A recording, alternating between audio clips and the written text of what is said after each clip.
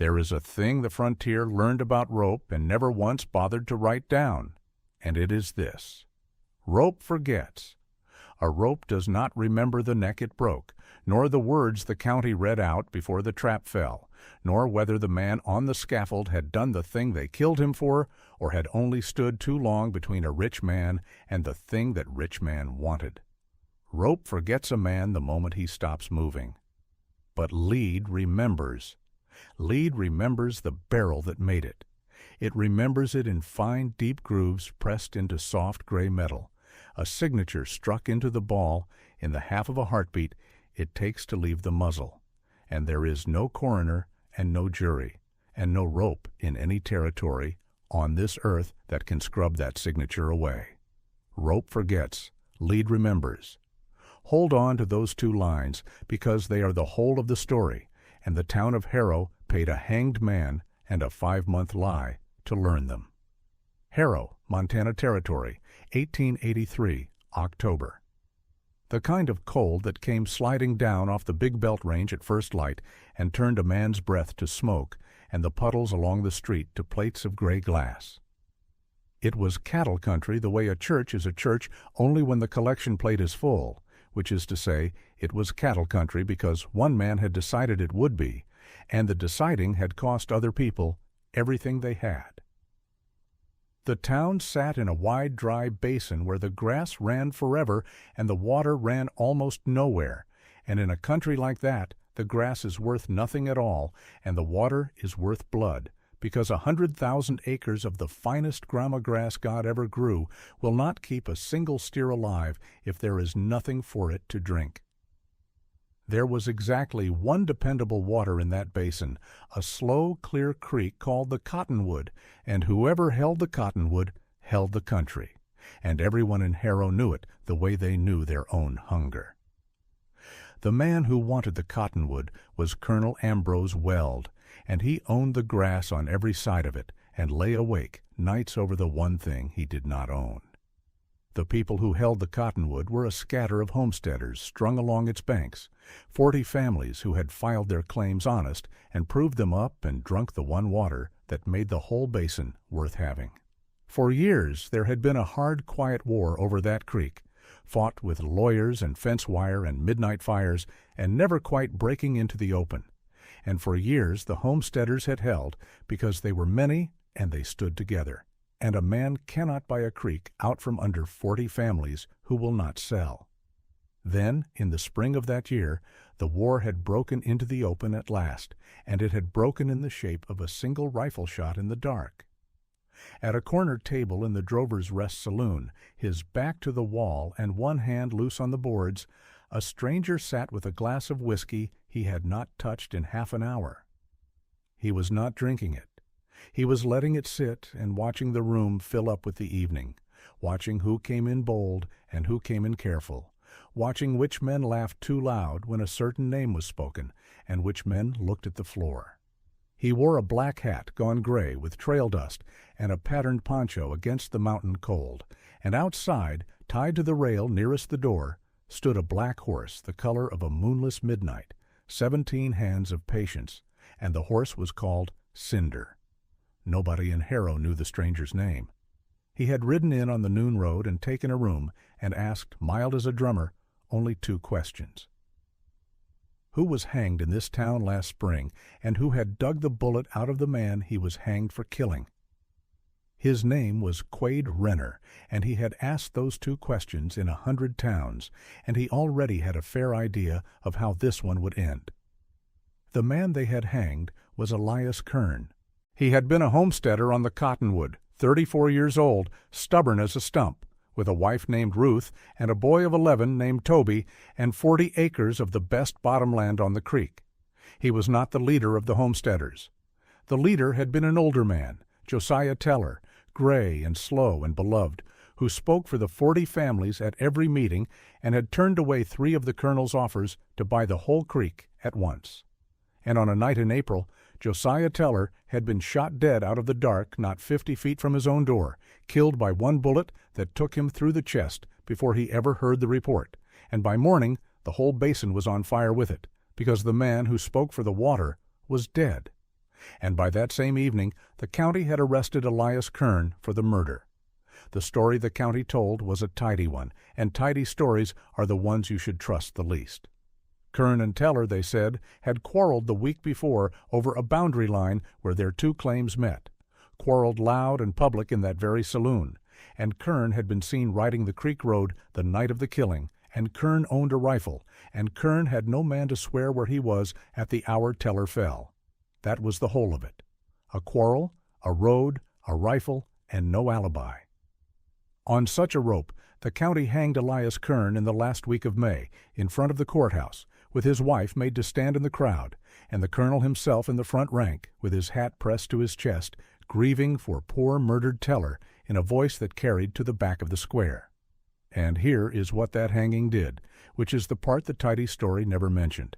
It did not only kill Kern, it killed the homesteaders, because now the man who had spoken for the water was in the ground, and the man they thought had murdered him for a fence line was in the ground beside him, and the 40 families looked at each other over their coffee and could no longer trust the neighbor across the creek, and one by one, through that long summer, frightened and leaderless and turned against their own, they began to sell out to Colonel Ambrose Weld for pennies on the honest dollar and load their wagons and go. By October, when the stranger rode in, better than half of the cottonwood was already flying the Ladder W brand, and the rest were only waiting for the nerve to quit. One rifle shot in the dark had done what 20 years of lawyers could not. That is a very great deal of work for one bullet to do, and a man who has lived by the gun the way Quade Renner had lived by it knows that a bullet which does that much work is a bullet worth reading. Colonel Ambrose Weld was 58 years old, and he had come up out of Texas after the war with a trail-worn herd, a land warrant, and a gift for arithmetic that most men mistook for vision. He had built the Ladder W from that first thin herd into 100,000 acres of grass and 40,000 head of cattle, and he had done it by understanding earlier than anyone else that in the dry country the man who owns the water owns the men, and everything after that is only a matter of patience. He was tall and courtly and gray, and he wore a good black coat and a gold watch chain, and he never in his life raised his voice, and he took off his hat to the very people he was in the middle of ruining, and that was his tell if you knew to read it. He had never fired a shot in anger in the whole of his prosperous life. He did not need to. He paid other men to do his remembering for him, and he slept sound. The man Weld paid to do it was Deke Mallory. Mallory was 41, and he called himself a range detective, which was the polite territorial word that year for a man who killed people for wages and had the paper to make it lawful afterward. He had come up out of the Lincoln County troubles down in New Mexico with a reputation and a rifle, and he had killed something above a dozen men in the line of what he called the colonel's business, and he was neither hot-tempered nor cruel for its own sake, which made him worse than a man who was. He was a craftsman, and like every craftsman he loved his tools, and his tool was a rifle, a fine breech-loading sporting rifle of .44 caliber with a set trigger and a brown octagon barrel, and a little silver oval let into the stock, imported, engraved, worth more than a homesteader's whole outfit, and it was the only rifle of its kind in the basin. Every evening, in that same Drover's Rest saloon, Deke Mallory sat at the bar and cleaned that rifle slow and loving under the lamp, running the rod down the bore and wiping the lock and holding the thing up to the light to admire it. And he did it in the open where every man in Harrow could watch, because a rifle that everyone has watched you love is a rifle that does a great deal of your threatening for you without ever being fired. Every man in Harrow knew Deke Mallory's rifle by sight. Remember that. It is the whole trap, and Mallory built it himself, one proud evening at a time. Now there is a piece of true history worth setting down here, because it is the ground this whole story stands on. The West hanged a great many inconvenient men in those years, and very seldom called it murder. It called them rustlers and killers and a danger to the peace, and the peace it meant was the peace of the man who owned the county. The coroner drew his fee from the association, the sheriff owed the bank his star, and the men who sat the jury either freighted for the big outfit or feared it. So when a homesteader had to be got rid of, the machinery to hang him lawfully was already built and oiled and waiting. What could stop it, on the rare morning it was stopped, was almost never a lawyer, and almost never a marshal. It was a fact. One hard physical fact the powerful had forgotten to bury, because they did not think anyone could read it. And the hardest and plainest of all such facts was a fired bullet, because a fired bullet carries the print of the gun that fired it the way a boot carries the print of the foot, and any man who had spent his life casting lead could pick a slug out of a wound and tell you a great many true things about the gun it came from. The county could not argue with lead. The trouble was only ever this: almost nobody could read one, and so the truth would lie in the wound, and then in the ground, unread, and the rope would do its work, and the grass would grow. The bullet that killed Josiah Teller had not gone into the ground. It had gone into a tobacco tin in the bottom drawer of a frightened man, and it had been telling the truth to no one for 5 months, waiting, the way lead can afford to wait, for a pair of eyes that could read it. The frightened man was Dr. Amos Merrow, who kept the only medical shingle in Harrow, and who had washed and laid out Josiah Teller, and had dug the killing bullet out of him with his own probe on the night he died. Quade Renner found him the second evening in the back room of his surgery, and he did not have to press him hard, because a man carrying a thing like that for 5 months is only waiting for someone to make him set it down. Merrow got the tin out of the drawer with a hand that was not steady and tipped the bullet into the lamplight, and Quade Renner picked it up and turned it over once between 2 fingers and went very still, the way a man goes still when a thing he suspected turns out to be worse and simpler than he hoped. It was a conical bullet, not a round ball. An elongated slug of about 44/100ths of an inch, its nose battered flat, where it had struck bone but its body still clean, and around that body ran the marks of the rifling that had thrown it, deep sharp grooves cut by deep sharp lands, spun by a fast right-hand twist, the kind of print that only a fine, hard-rifled, breech-loading rifle leaves in the lead. Quade had seen 10,000 bullets in his life, and had cast a fair share of them by his own fire, and there was no mistaking what he held. It was a rich man's bullet out of a rich man's gun, and Elias Kern's rifle could not have fired it. Kern's rifle could not have fired it in 1,000 years, because on the 3rd morning Quade Renner rode out to the cottonwood to the Kern place, where Ruth Kern was living out her last weeks before the sale she could not stop, and he asked her for her husband's gun, and she brought it to him wrapped in a flour sack as the last thing of Elias she owned. It was an old percussion plains rifle, half-stocked cap and ball of 50 caliber, with a bore worn near smooth by 20 hard years, and a twist so slow it was barely a twist at all, the kind of honest old meat gun that 10,000 poor men on the frontier carried because it was what their fathers had carried. It did not shoot a conical slug. It could not. It shot a round ball, a soft gray sphere near half an inch across, wrapped in a greased cloth patch, and rammed down the muzzle by hand, and Quade found the very mold for it on the shelf by Kern's cold forge, an iron ball mold that cast one round 50 caliber ball at a time, and beside it the little sack of patched balls Elias Kern had cast for himself the winter before he died. A round ball of 50. Patch marks and no sharp rifling, and a nose like a marble. Set that beside the thing in Dr. Merrow's tin, and the two of them were not cousins, were not even the same country, the way a horseshoe and a lady's ring are both iron and nothing else alike. The bullet that killed Josiah Teller was a .44 conical, hard-rifled fast twist from a fine breech-loading rifle. Elias Kern's rifle was a .50 round ball, worn smooth, muzzle-loaded. No man who had ever cast lead by a fire could hold the two together and believe the one had come out of the other. And the county had hanged Elias Kern without one soul ever laying the killing bullet beside the accused man's gun, because the coroner was the colonel's man, and the coroner had never let anyone look.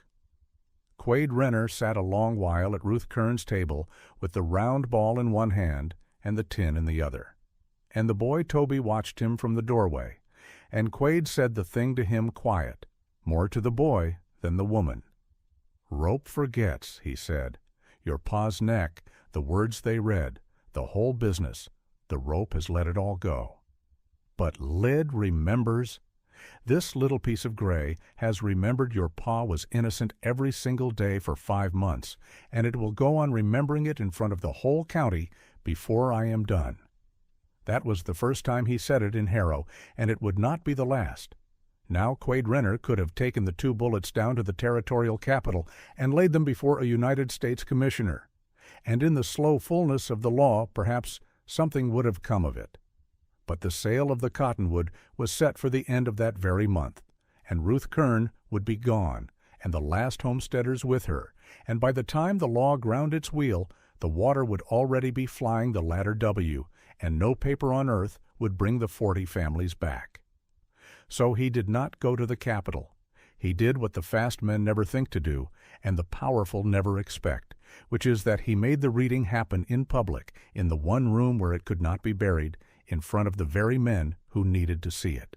He waited for evening, and he went to the Drover's Rest at the hour when Deke Mallory sat at the bar with the lamp pulled close, cleaning his fine .44 rifle in the open the way he did every night of his life, so that men would watch. And men were watching, the saloon half full of freighters and cowhands and the last of the frightened homesteaders. And the colonel himself was there that night at his own table, courtly and gray, because word had reached him that a stranger had been asking about a bullet, and Ambrose Weld had lived a long time by going to look at his troubles himself. Quade Renner crossed to the bar and sat down next to Deke Mallory's clean and shining rifle, a small tin of tobacco. He tipped it, and one battered gray slug rolled out onto the wood. Then from his coat he took the little sack from Kern's shelf and set beside it one round .50 caliber ball. And he said to the room and not to any man in it, loud enough to still the cards, that here were 2 pieces of lead, and that any man present who had ever cast a bullet by his own fire was welcome to come and read them, because they had a thing to say about the man this town had hanged in May. The room came, the way rooms do when the thing on offer is the truth they had all been afraid to want. An old buffalo hunter named Wash Tillman came first, a man who had cast and shot more lead in 40 years on the plains than the rest of them together, and he took up the battered slug from Teller's body and rolled it in his cracked palm and held it to the lamp.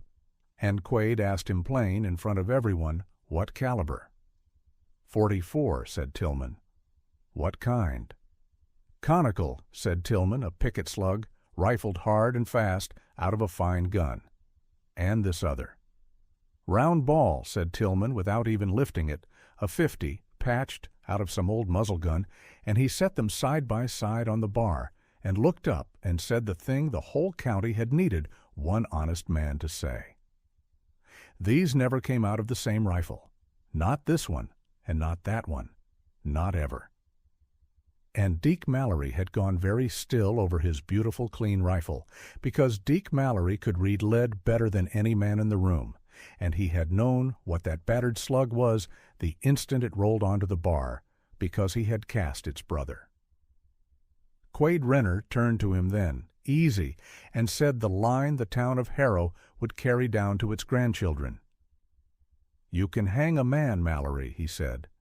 "This county proved that in May. But you cannot hang the bullet that hangs beside him, because the bullet does not forget. And this one has been telling every man in this room for 5 months that Elias Kern's .50 caliber ball gun never fired the .44 slug that killed Josiah Teller. So I have got a question, and the whole basin is going to hear you answer it. There is exactly one rifle in this country that throws a .44 conical spun to a fast right-hand twist. Every man here has watched you love it on this bar every night for a year. Whose gun is it?" The saloon was so quiet you could hear the lamp burn, and the colonel at his table did the thing the powerful always do, the thing that has worked their whole lives, and so they cannot imagine it failing now. Ambrose Weld took off his hat. He stood gray and grieved, and he spoke of the terrible sorrow of Teller's death, and the tragedy of poor Kern, and the cruel confusions that visit a hard country, and he offered, with sorrow in his good gray voice, to see that the Kern family was generously provided for, more than any court would think to ask. He took off his hat, because it had always worked before. And Quade Renner let him finish, because Led is patient, and so was he. And then he said, quiet, that a man could buy the coroner, and Ambrose Weld had. That a man could buy the jury, and he had. That a man could buy the sheriff and the fee and the rope and the newspaper and the whole grinding machinery of a county, and Ambrose Weld had bought every piece of it. But the one thing in all the basin that was not for sale was the bullet, because the bullet was already what it was, had been what it was since the night it left the barrel, and no amount of grieving bareheaded in a saloon could put a 44's twist onto a 50's ball. That was when Deke Mallory reached for the rifle on the bar. He was fast. He had lived by being fast, the way the fast men do, and his hand was on the browned octagon barrel and swinging it up before the colonel's hat had finished coming off his head.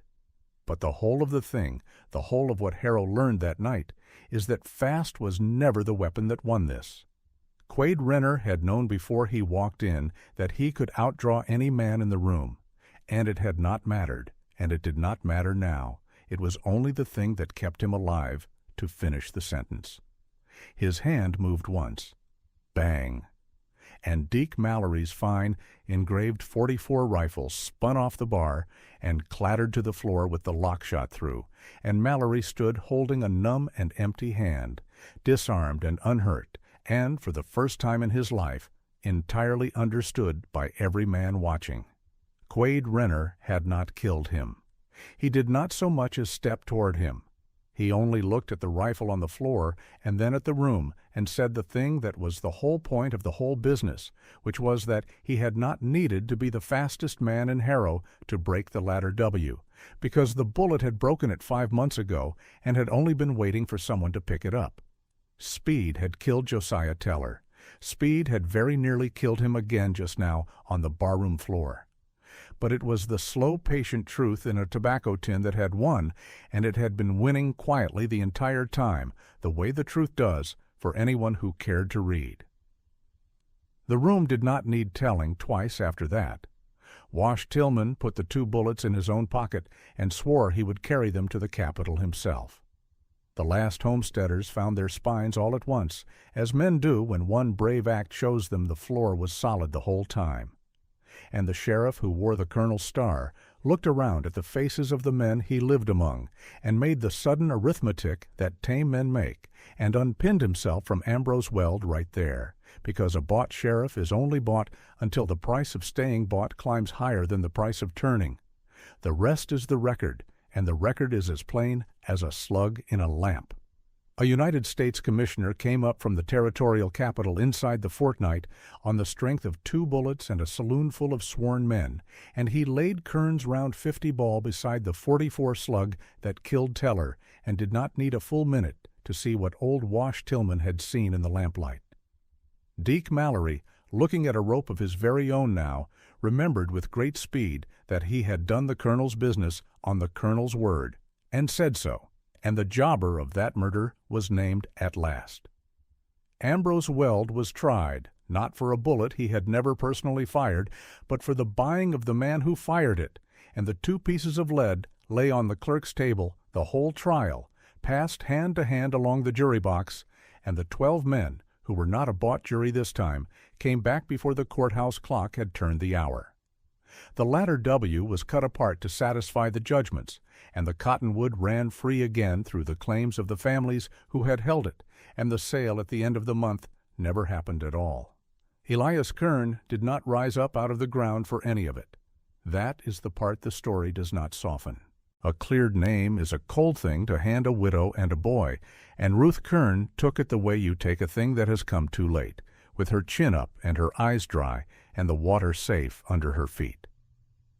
But the county paid to cut Elias Kern's stone again, because the first one had carried the word murderer, and the new one carried only his name and his years, and beneath them, because Quade Renner asked it, and Ruth Kern allowed it. 4 words the whole basin understood now. The lead remembered him. And when the boy Toby was grown, and men asked him about the marker, he would take them to the 2 bullets that Wash Tillman had given back to the family in the end, kept side by side in a tin on the mantel. And he would tell them how a stranger who could read lead broke a man who owned every drop of water in the basin, and never had to fire but the 1 shot, and that not at a man, but at a rifle on a bar. Because that is the terrible patience of the thing, and it is worth saying plain before the tale is done. Ambrose Weld was 1 man, and the hunger that made him was not 1 man. Down in the capital, and in Cheyenne, and in the brick offices back east, where the association counted its grass by the 100,000 acres, there were men who bought colonels like Weld by the dozen and would learn from his fall only what a swindler learns, which is to hide the order better and burn the evidence sooner, and choose next time a man to hang whose gun they have remembered to throw down a well. The rope will always be there, and the tame coroner, and the water somebody richer wants. There will always be another Harrow. What there is not always is a pair of eyes riding in on the noon road that can pick a bullet out of a wound and read the truth that lead cannot help but tell. Quade Renner stayed in Harrow long enough to see the water run right, and no longer. He was never a man who could sit still in a town he had set to rights, because a town set to rights is a town that no longer needs him, and he had learned a long time ago that he was a thing towns needed and did not love. He saddled the black horse Cinder in the cold before dawn, with the mountains still dark and the cottonwood loud in the quiet, and Ruth Kern gave him bread for the trail and could not find the words, and he did not ask her to. He rode south out of the basin toward whatever was waiting on the road ahead, and somewhere down in a warm brick office, a man who set the price of grass read a small item in a territorial paper about a cattle king broken by a stranger over a 5-month-old bullet, and folded the paper and understood, the way such men slowly do, that there was a thing loose on the roads that all their money had not yet learned how to buy. And that was well. Let him understand it. Let the whole machine understand it, 1 town at a time. Before you go, I want 1 thing from you. Comment below. 3 words. Where are you from? The country, the city, the place you're sitting right now as you listen to me. I read every one of them, and I want to know the map of the people who ride these roads with me at night. This has been the story of Harrow, the town that hanged an innocent man on a bullet no one could read until a stranger rode in who could. So tell me what you believe was the thing that truly broke Colonel Ambrose Weld. Was it the lead, the 1 patient fact that could not be bought or grieved or hanged away, telling the truth in a tin drawer for 5 months to no one at all? Or was it the 1 man with the eyes to read it and the nerve to lay it on the bar? Comment below and tell me which of the 2 you would rather have on your side the morning the powerful come to call your dead an accident and your innocent a murderer. Subscribe so you do not miss the next road we ride, because the basins are many, and the men who own the water are patient, and somewhere ahead there is another town, learning the difference between what a rope forgets and what lead remembers. See you on the next road.